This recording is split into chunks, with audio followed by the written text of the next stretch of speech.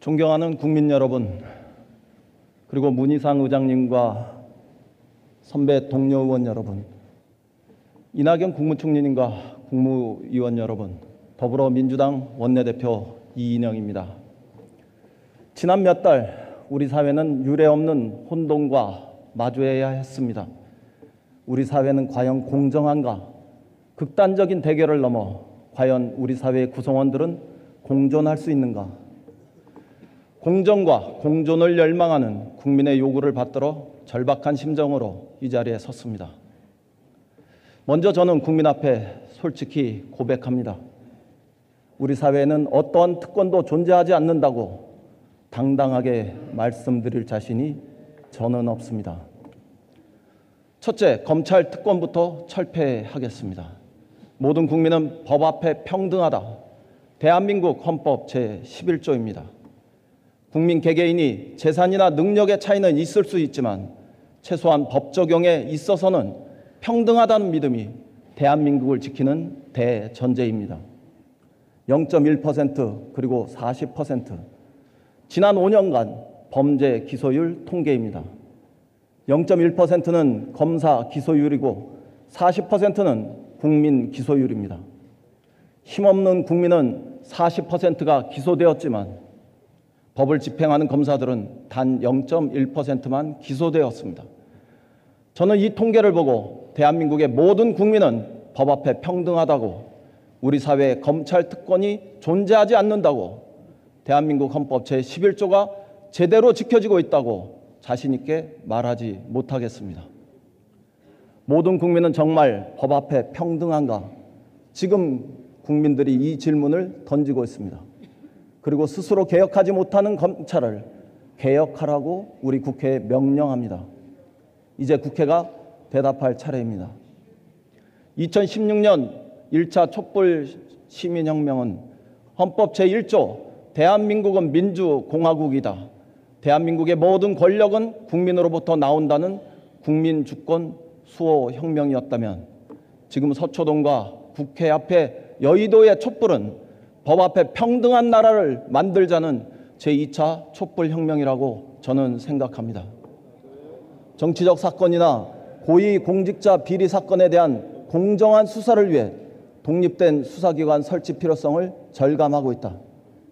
1998년 9월 23일 한나라당 이해창 총재의 발언입니다. 그 발언 이래 정몽준, 김문수 등 주요 인사들의 발언을 거쳐 공직자 비리 수사처 설치 및 운영에 관한 법률이 2012년 12월 13일 이재호, 김성태, 김영우, 심재철, 정의와 조혜진 의원 등 새누리당 국회의원 13분의 이름으로 직접 발의된 바 있습니다.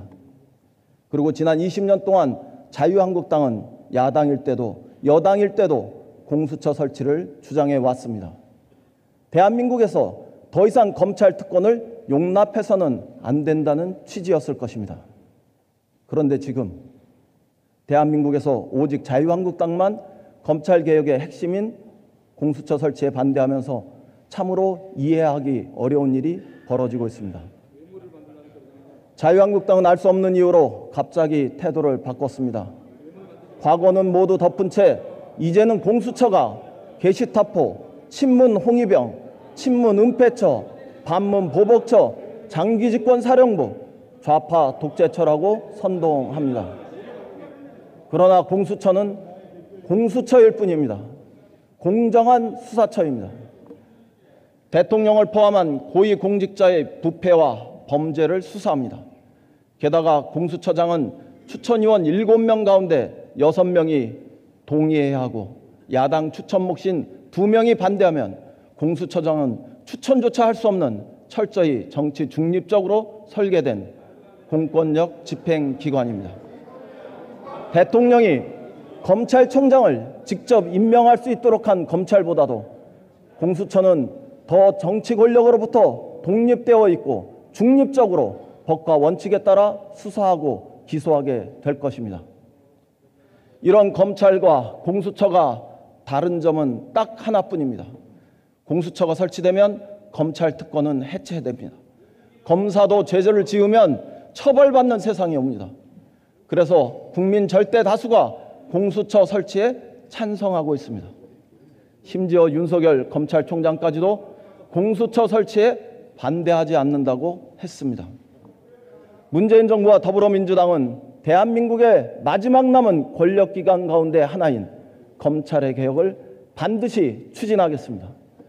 공수처 설치를 통해 비대한 검찰 권력을 분산하고 민주적 견제와 감시를 강화하겠습니다. 공수처와 검찰은 서로를 견제함으로써 민주적 균형과 통제가 권력기관 간에 이루어지도록 하겠습니다. 또한 검찰의 수사권을 경찰에 되돌려 주어서 과도한 검찰의 권한을 분산하겠습니다. 검경 간에도 수사권 조정을 통해 민주적 견제와 균형을 반드시 이루어내겠습니다. 이번만큼은 어떠한 일이 있어도 반드시 국민의 명령을 받들어 검찰개혁을 완수하겠다고 약속드립니다.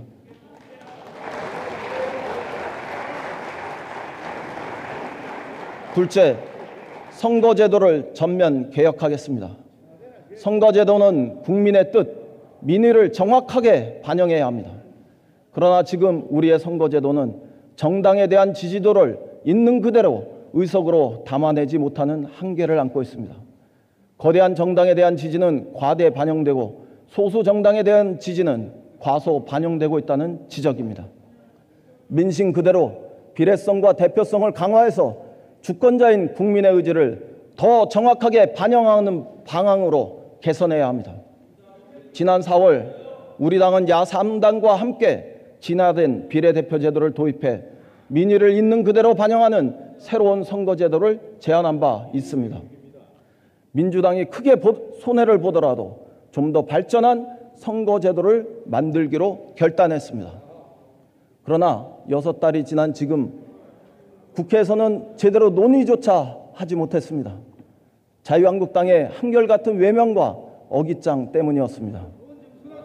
비례대표제를 폐지하고 국회의원을 전부 소선거구제로 선출하자는 자유한국당의 무책임한 당론은 이제 변경되고 철회되어야 합니다.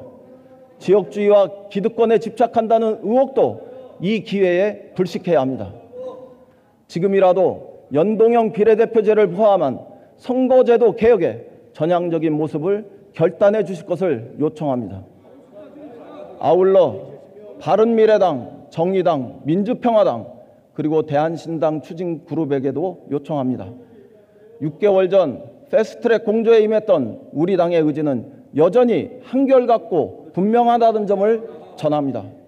그렇지만 우리는 선거법과 관련해 자유한국당과 반드시 협상할 수 있어야 하고 합의할 수 있어야 합니다.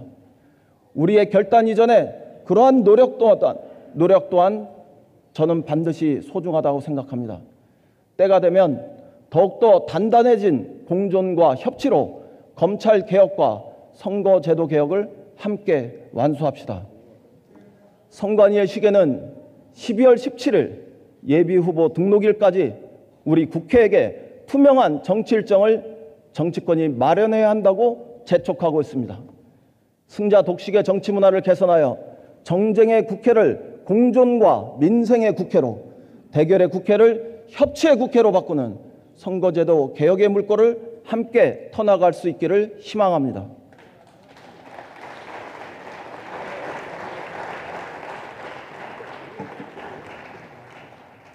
셋째, 국회를 개혁하겠습니다. 20대 국회의 법안 처리율은 고작 28.5%에 불과합니다. 역대 최저의 참담한 수준입니다. 국민의 눈에는 일하지 않고 놀고 있는 모습으로 보일 뿐입니다. 때가 되면 정시에 회의가 개최되고 법안이 자동으로 상정되며 무조건 일하는 시스템으로 바꿔야 합니다. 신속 처리의 안건의 처리 기간도 대폭 단축하고 법사위가 사실상 상원구실을 하는 잘못된 월권도 이제 끝내야 합니다. 국회의원의 불출석을 방지하고 정당의 잦은 보이콧을 막을 벌칙 조항도 신설해야 합니다. 국민이 직접 법안을 요건을 갖춰 제안하면 반드시 심사하고 논의할 수 있도록 국민 참여형 입법제도의 문도 개방할 수 있어야 합니다. 국민 소환제 도입과 국회의원 윤리 강화 방안을 마련하라는 우리 국민의 요구에 우리는 시급히 대답해야 합니다. 이런 국회 혁신이 대한민국의 경쟁력을 높이는 지름길입니다. 더 이상 식물국회, 일하지 않는 국회라는 오명을 반복적으로 뒤집어 써서는 안 됩니다. 누가 여당이 되고 누가 야당이 되고 하는 것이 중요한 문제가 아닙니다. 국가 경쟁력을 높이고 국민의 신뢰를 받는 국회를 만들기 위해 국회 개혁을 더 이상 미룰 수는 없습니다. 또한 인사청문회도 그 제도를 전면적으로 혁신할 때가 되었습니다. 많은 국민들은 후보는 실종된 채 가족청문회가 되고 정책과 능력 검증은 사라진 채 수많은 의혹만이 부풀려지고 신상이 털려나가는 이런 비인간적이고 비인격적이고 비인권적이고 비인도적인 청문회는 더 이상 안 된다고 말씀하십니다. 저는 인사청문회를 정책과 능력 검증 중심으로 개선하기 위해 비공개 사전 검증과 공개 정책 검증의 두 단계로 나눠 청문회를 열 것을 제안합니다.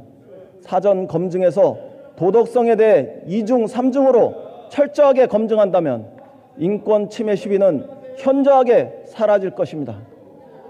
인사청문회의 실효성을 확보하기 위해 제도 개선을 위한 폭넓은 논의를 함께 시작합시다. 우리 국회를 바라보는 국민의 시선이 따갑습니다.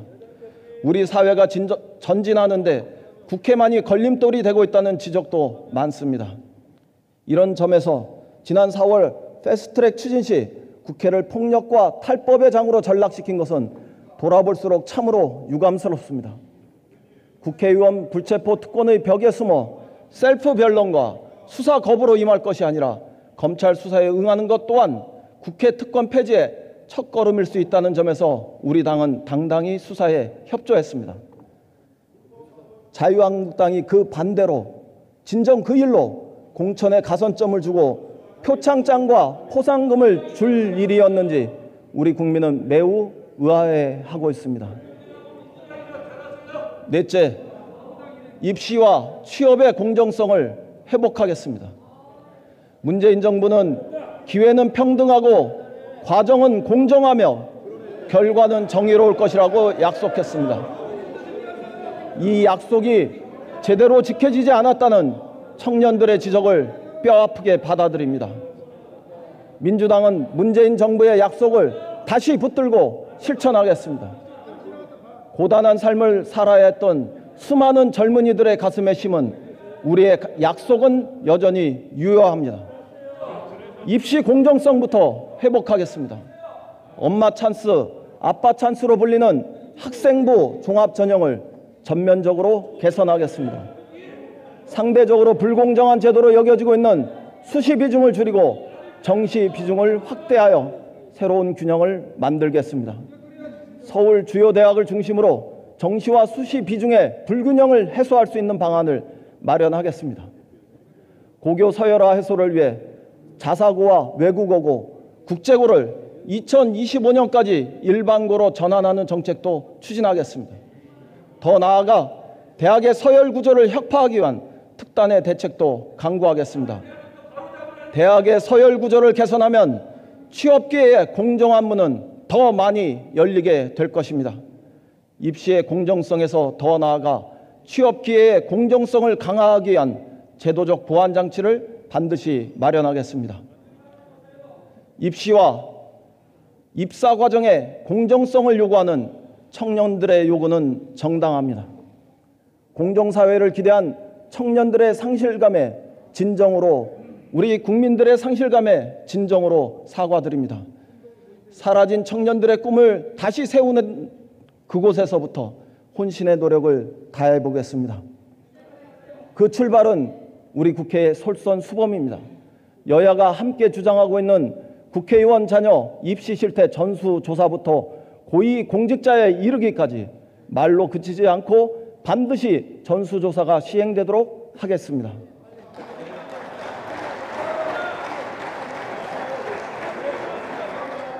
존경하는 국민 여러분, 우리 경제 상황이 참으로 엄중합니다. 올해 우리 경제 성장률이 2%에 미달할 수 있다는 우려가 커지고 있습니다. 이는 세계적인 추세입니다. 세계 경제는 심각한 하방 위협에 직면해 있습니다. 세계 경제 전체 성장률은 지난해 3.6%에서 올해 3%로 하락했습니다. 미국, 유럽, 중국 등 주요 국가가 모두 하방 위협에 직면해 있습니다. 전 세계 약 90% 국가가 성장률이 동반 하락하고 있습니다. 글로벌 경제정책 불확실성 지수는 역사상 최고 수준입니다. 세계 교역량 증가율은 지난해 3.6%에서 1.1%로 3분의 1 수준으로 멈추고 있습니다. 미국과 중국의 무역 분쟁, 브렉시트 등이 그 핵심 원인입니다. 유례없는 세계 경제 위기 상황을 맞아 우리 정부와 국회의 비상한 대책이 절박합니다. 특히 예산과 법안을 담당하는 우리 국회의 역할은 크고 중요합니다. 솔직히 지금까지 우리 국회는 이런 세계적 경제 하방 위협에 선제적으로 효과적으로 대응하지 못했습니다. 지난번 정부가 편성한 긴급 추경은 자유한국당의 반대로 무려 100일 동안 국회에 발이 묶여 있었습니다. 일본의 노골적인 경제 침략에 긴급하고 비상하게 대응해야 한다는 국민적 공감대가 있었지만 소재, 부품, 장비 산업 특별법을 비롯한 관련 법안 역시 아직도 국회에 있습니다. 내년부터 확대 시행되는 주 52시간 근무제도의 보완도 마찬가지입니다. 제도 시행을 앞두고 경제사회노동위원회가 탄력 근로제 확대 등 사회적 합의를 이루었지만 국회는 아직도 관련 법안을 마무리하지 못하고 있습니다. 우리 경제의 미래를 책임질 데이터 산업 육성도 국회에 발목이 잡혀 있습니다.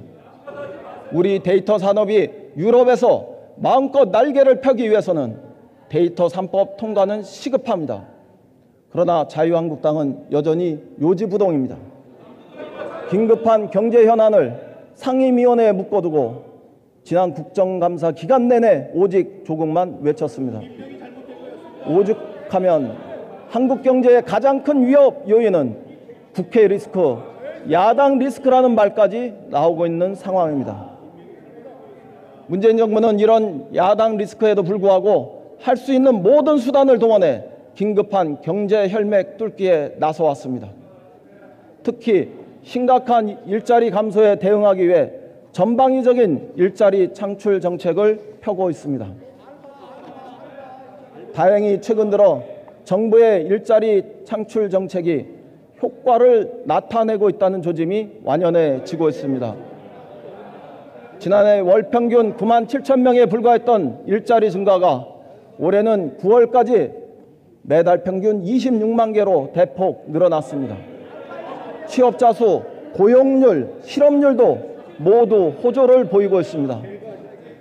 이른바 좋은 일자리라고 부르는 상용직 일자리 수도 2달 연속 대폭 늘어나 상용직의 비중은 1989년 통계 작성 이래 최고치에 도달했습니다. 청년 고용률도 43.7%로 2005년 9월 이후 최고 수준입니다. 새로운 일자리 창출 트렌드도 생겨났습니다. 광주형 일자리에 이어 구미형 일자리, 군산형 일자리가 확정되었습니다. 밀양형 일자리, 대구형 일자리, 횡성형 일자리도 본격적으로 논의되고 있습니다. 새로운 일자리 모델은 노사와 함께 추진하고 대기업과 중소, 중견기업이 힘을 모으며 지역사회까지 함께하는 우리 사회의 새로운 일자리 모델이라는 점에서 시사하는 바가 매우 큽니다. 문재인 정부가 추진하고 있는 지속적 복지 정책도 조금씩 효과를 내고 있습니다. 문재인 케어, 아동수당 등이 우리 사회의 통합성을 높이고 있다는 긍정적인 평가를 받고 있습니다. 혁신적 포용국가로 나아가는 우리의 길이 조금씩 자리를 잡아 나가고 있는 모습입니다. 이제 다시 국회의 시간입니다. 우리 경제의 혈맥을 뚫을 예산과 법안을 적시에 공급해야 합니다. 우선 IMF를 비롯한 세계 경제기구들이 이구동성으로 권고하고 있는 확장적 재정정책 집행이 무엇보다 중요합니다. 우리나라는 OECD 국가 가운데 재정 건전성이 최고 수준입니다. 국가 채무 비율이 OECD 평균 113%인데 비해 우리나라는 39.8%에 불과합니다. 세계는 풍부한 재정 여력을 갖고 있는 우리 경제 상황을 부러워하고 있습니다. 풍부한 재정 집행 여력은 다른 어느 나라도 갖지 못한 강력한 무기입니다.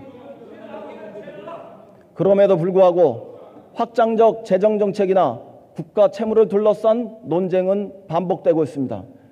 저는 소모적 논란을 종결하고 차라리 이 시간에 언제 어디에 재정을 투입하는 것이 합리적일지 생산적 논의를 전개할 것을 제안합니다.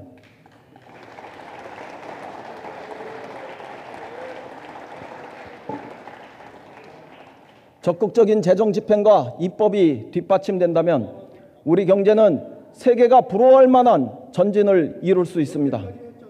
이제 그 일을 우리 국회가 다할 시간입니다.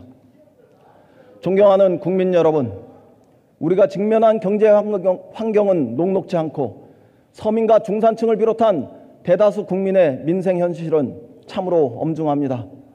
20대 국회가 싸울 때는 싸우더라도 할 일은 제대로 다 하고 있는지 최후의 심판장에 들어섰다는 두려운 심정으로 더불어민주당은 공존의 경제를 향해 다시 나아가겠습니다. 저는 지난 교섭단체 대표연설에서 공존의 정치를 역설했습니다. 그러나 그동안 솔직히 잘하지 못했고 현실 정치로부터의 관성과 난관도 많이 경험했습니다. 구차한 변명을 하는 대신 누구를 다시 탓하기 전에 그래도 공존의 정치는 언젠가 우리 모두가 반드시 함께 가야 할 길이라는 그 신념만큼은 다시 나누고 싶습니다. 유연한 진보와 합리적 보수가 혁신을 통해 공존하고 남과 북이 대결과 냉전에서 평화와 공존의 길로 나서며 사회적 약자와 소수자가 함께하는 따뜻한 공존의 정치를 우리는 결코 포기하지 말아야 합니다. 마찬가지로 우리 모두는 공존의 경제를 향해 반드시 한 걸음 더 나아가야 합니다. 대기업과 중소기업이 동반 성장하고 노동자와 기업인이 상생 협력하며 수도권과 지역, 도시와 농촌이 균형 발전하고 기성세대와 청년이 함께 공존하며 사회적 약자와 소수자가 더불어 살아가는 더 따뜻하고 더 번영하는 새로운 세상을 꿈꿉니다. 첫째, 대기업과 중소기업이 동반 성장해야 합니다. 한일 경제전을 계기로 우리 경제의 취약성이 남김없이 드러났습니다. 중소기업은 우리 경제의 실핏줄입니다. 이제 우리 경제는 중소기업과 대기업이 상생하지 않으면 한 발짝도 전진할 수 없다는 사실이 분명해졌습니다. 대기업과 중소기업의 격차는 심각할 정도로 이미 벌어졌습니다. 2018년 통계청의 법인세 통계에 따르면 상위 0.1%에 속하는 740개 대기업의 이익이 전체 법인 이익 중 52%에 달했습니다. 그러나 하위 90%에 속하는 66만 개의 기업의 이익은 불과 12%에 머물렀습니다.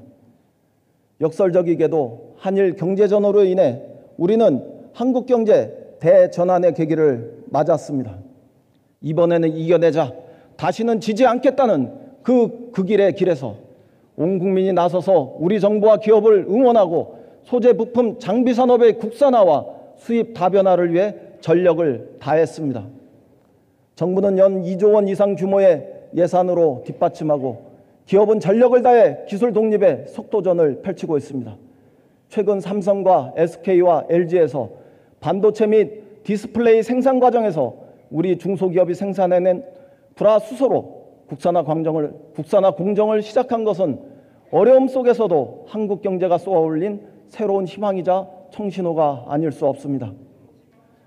한국 경제는 대기업과 중소기업이 공존하지 않고서는 결코 강해질 수 없다는 진실을 역설적이게도 새삼 확인하는 순간이었습니다. 당연히 대기업과 중소기업은 서로 적대적인 관계가 아닙니다.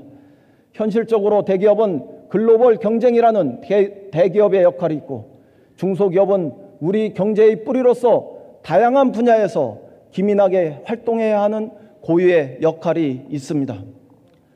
정부는 대중소기업 사이의 상생을 지원했고 중소제조업의 스마트 공장 도입도 적극 추진했습니다.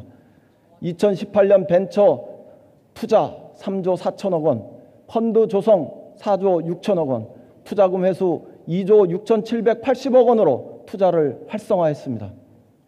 어느새 유니콘 기업은 2개에서 9개로 늘어 세계 6위로 올라서는 등 성공적인 벤처 창업에도 힘을 쏟았습니다.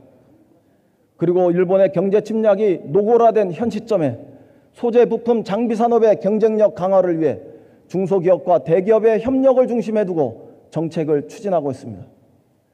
우리 정부에서 새롭게 만들어진 정부 부처는 중소벤처기업부가 유일하며 이것은 중소기업과 자영업 발전에 대한 우리 정부의 확고한 의지를 집약적으로 보여줍니다. 한 걸음 더 나아가 포용적 금융과 금융혁신도 추진하겠습니다. 대기업 못지않게 중소기업인이 기업하기 좋은 환경을 만들 수 있도록 융자 중심의 금융을 투자 중심의 금융으로 개혁하기 위해 최선을 다하겠습니다. 자영업에 대해서도 특단의 대책을 마련할 때입니다. 자영업에 종사하는 분들의 형편이 급격하게 어려워지고 있습니다. 최근 온라인 거래가 급증하고 국제 무역 갈등의 격화에 따른 내수 경기 침체로 경영 환경이 매우 나빠진 탓입니다.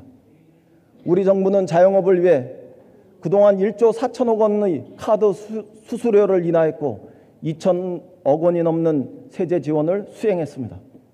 상가 임대차 보호법을 개정하여 임대료 상한을 9%에서 5%로 낮추어 임대료 부담을 경감했고 계약갱신 청구 기간도 5년에서 10년으로 늘려 이른바 젠트리피케이션의 위험도 줄여왔습니다. 또한 일자리 안정자금 지원과 대기업 갑질 방지에도 노력해왔습니다. 하지만 저는 자영업에 대한 근본적 발상의 전환과 기존 정책을 뛰어넘는 특단의 대책이 여전히 필요하다고 생각합니다. 정부에게 먼저 촉구합니다. 자영업에 대한 전통적 인식에서 탈피하고 자영업을 한국 경제의 중추 중 하나로 인식해 비상한 정책을 펼쳐주시길 바랍니다. 가맹점과 본사 간의 공정한 거래 질서를 확립하고 본사 갑질의 악순환부터 단호하게 근절해야 합니다. 대기업의 골목 상권 진출을 막아주고 대형마트와 영세 소상공인, 본사와 가맹점 간의 상생 협력의 풍토를 확실하게 정착시켜야 합니다. 당장 소상공인 자영업자 기본법 제정 등 특단의 자영업 살리기 대책을 세워 한국 경제의 새로운 활력을 함께 만들 수 있어야 합니다. 현장에 계시는 소상공인들이 체감할 수 있는 과감한 금융 지원도 필요합니다. 민주당은 예산 지원과 금융 전달 체계 개선을 통해 25만 영세 자영업에게 총 5조 원 규모의 신규 특례 보증을 제공할 계획입니다.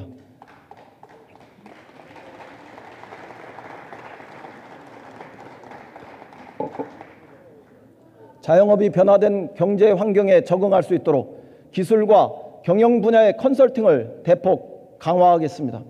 온라인 쇼핑, 홈쇼핑, 모바일 쇼핑이 대기업만의 전유물이 되도록 해서는 안 됩니다.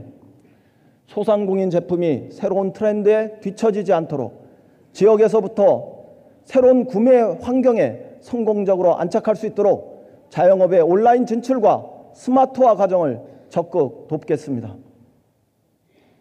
둘째, 노동자와 기업인이 상생 협력해야 합니다. 새로운 산업과 일자리가 규제에 묶여 있고 노사 갈등의 반복된 악순환이 경제 활력의 발목을 잡고 있습니다.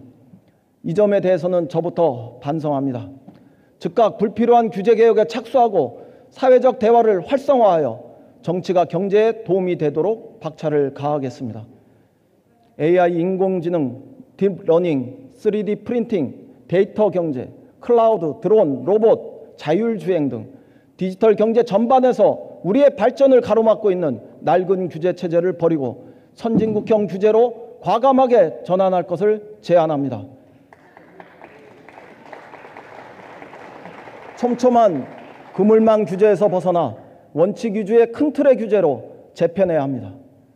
기업은 공정한 시장 질서를 확립하고 사회적 책임을 준수해야 합니다. 정부와 정치권은 과도한 규제 장벽을 제거할 수 있어야 합니다.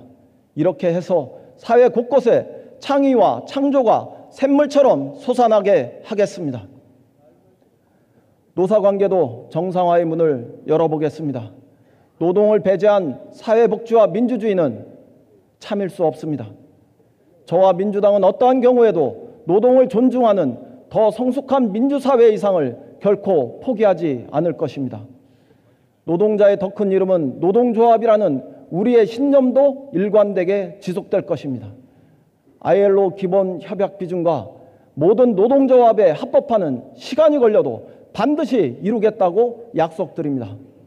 그러나 동시에 노동계에도 요청합니다. 이제 투쟁의 시대에서 협력의 시대로 노동의 전략은 확장되어야 합니다. 노동운동이 노사 간 사회적 합의를 선도할 수 있어야 합니다. 각종 사회 정치적 대화의 무대에서 더 이상 퇴장을 반복해서는 안 됩니다.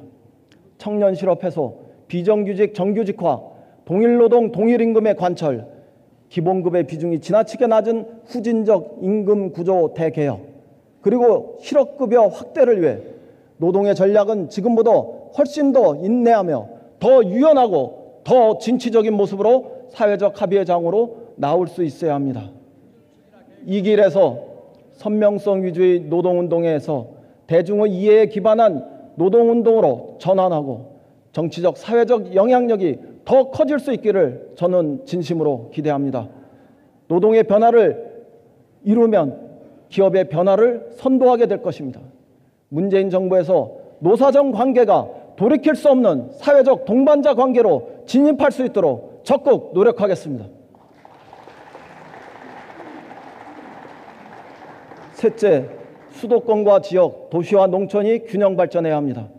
지역 균형 발전에 대한 과감한 인식 전환이 필요한 때입니다. 국회 세종의사당 추진을 비롯해 제2차 공공기관과 공기업의 지방 이전을 추진하겠습니다. 지역의 생활 SOC를 대도시 이상으로 확충하고 지역마다 서로 다른 역사와 문화에 기반해서 특색 있게 발전할 수 있도록 정부 차원의 종합계획 수립을 요구합니다. 지역을 수도권보다 더 살기 좋은 곳으로 만들겠다는 발상의 일대 전환이 필요합니다. 지역이 수도권의 복사판이 아니라 지역의 확장과 연합이 다시 대한민국이 될 수 있어야 합니다.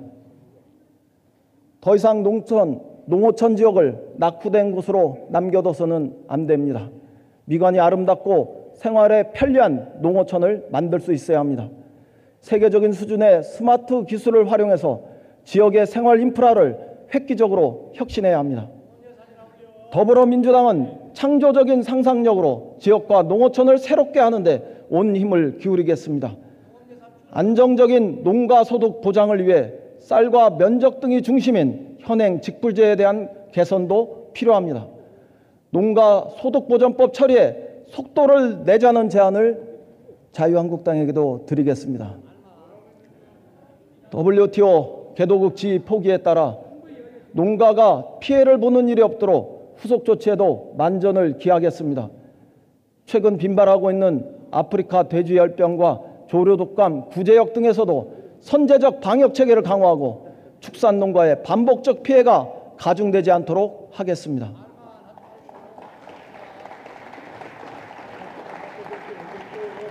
넷째, 기성세대와 청년은 공존해야 합니다.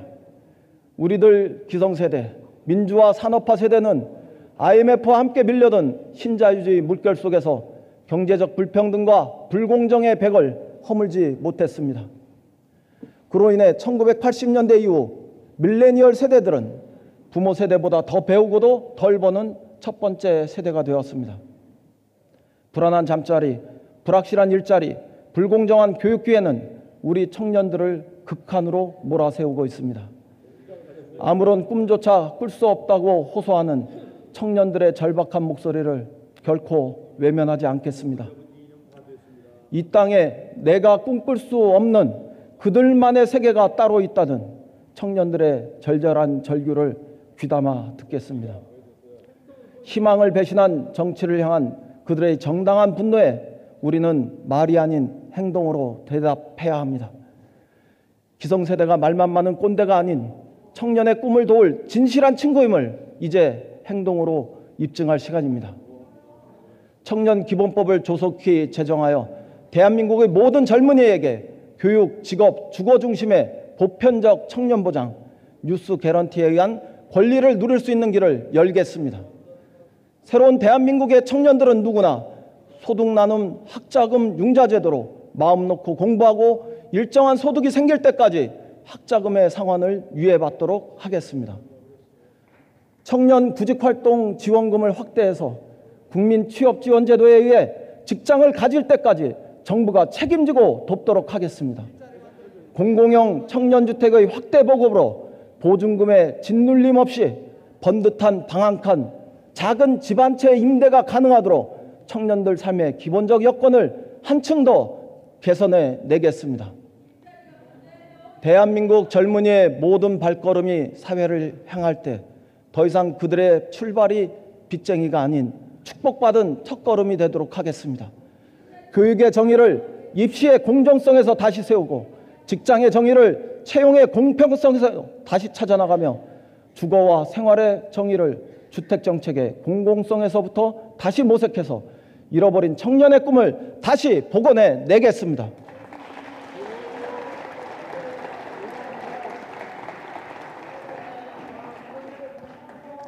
다섯째, 사회적 약자와 소수자가 더불어 살아가야 합니다. 일하는 사람들과 그들의 가족을 위해 장애, 육아, 교육, 일자리, 의료, 노후, 미세먼지 없는 누구나 행복한 새로운 대한민국을 향해 확실한 걸음을 옮겨 놓겠습니다. 민생 안정은 실질적으로 국민의 삶을 바꾸는 첫걸음입니다. 포용적 사회 안전망 구축은 민생 안정 대책의 핵심입니다. 문재인 케어를 통해 지난 3년간 우리 국민의 병원비 부담은 줄었고 보장성은 높아졌습니다. 의료 서비스의 질은 높아지고 저소득층 의료비 혜택은 확대되었습니다. 지난 2년간 3,600만 명이 건강보험 혜택을 받았습니다. 문재인 케어의 성과는 분명했고 대응 방향은 적절했습니다. 정부 여당은 2020년까지 건강보험 보장률을 70%까지 높일 것입니다. 민주당은 건강보험 재정 안정성을 강화하기 위해 불필요하게 보험료 지출이 새는 것을 막고 국고 지원을 그 비율을 높여서 지속 가능한 건강보험 체계를 유지할 것을 약속드립니다. 어르신 기초소득 인상의 근거를 마련하기 위한 기초연금법과 사회안전망 사각지대 해소를 위한 취업 촉진 및 생활안정지원법 처리에 국회가 적극 나서야 합니다. 2021년까지 단계적으로 장애인 연금 대상을 확대하고 금액을 30만 원으로 인상하기로 한 장애인 연금법 개정안도 처리해야 합니다.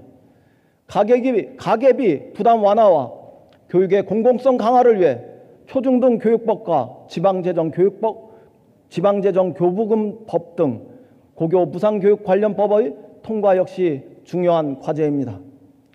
보육 기반 강화를 위해 올해 말 일몰 예정인 유아교육 지원 특별회계의 연장도 여야가 함께 추진할 수 있어야 합니다. 유치원 3법을 마무리하는 것도 당연한 과제입니다. 국민안전대책 수립 역시 초당적인 협력이 필수적입니다.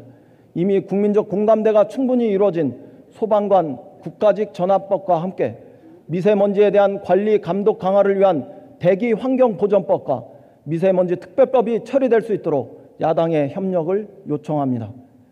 가습기 살균제나 발암물질 생리대, 살충제, 계란 같은 생활 속 유해물질을 사전에 예방하기 위해 인체 적용제품 유해성 평가법 처리도 서두르자는 말씀을 드립니다. 모든 형태의 폭력과 차별이 없는 양성평등 사회를 만들기 위해 성폭력 피해자 보호법과 성차별, 성희롱 금지법도 정기국회에서 반드시 해결해야 합니다. 최근 세계 최대 아동 음란물 사이트 운영자가 한국인이라는 충격적 보도가 있었습니다. 아동 청소년 성보호법의 형량을 강화해서 불법 아동 음란물 퇴치를 위한 전면전도 우리 국회는 불사할 수 있어야 합니다. 아울러 아동학대 방지를 위한 아이 돌봄 지원법을 통과시켜서 우리 아이들이 안전하고 건강한 환경에서 자랄 수 있도록 합시다.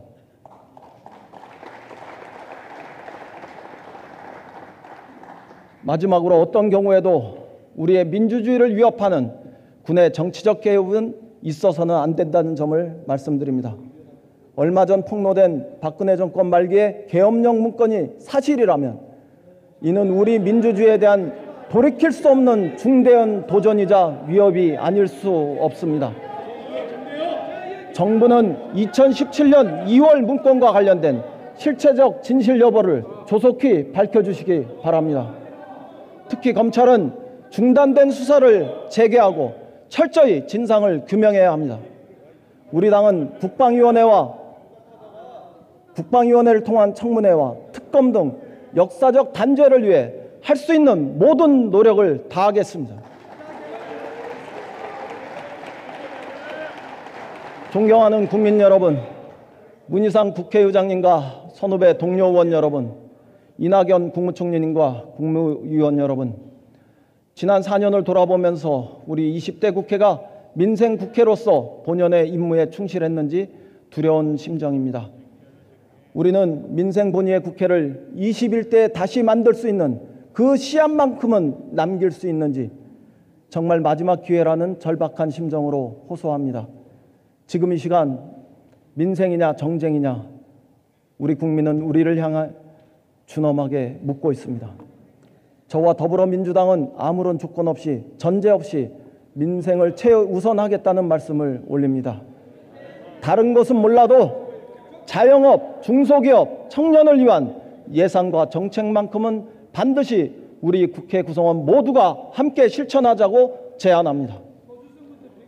마음을 열고 귀를 기울여 IMF 때보다 힘들고 금융위기 때보다 힘들다는 자영업과 중소기업의 애타는 얘기를 우리는 가슴으로 들어야 합니다.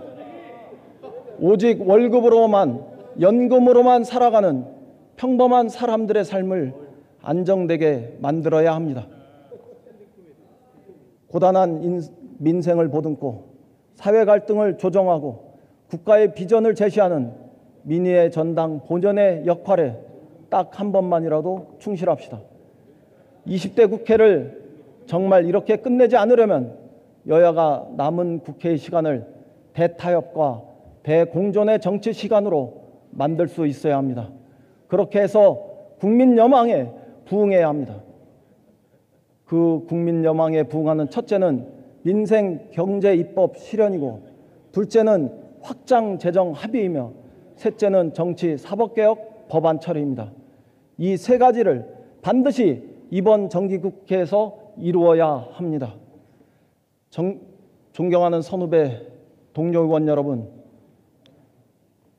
저의 이 제안에 선후배 동료 의원 여러분의 응답을 요청드립니다. 긴 시간 경청해 주셔서 감사합니다. 국민 여러분 고맙습니다.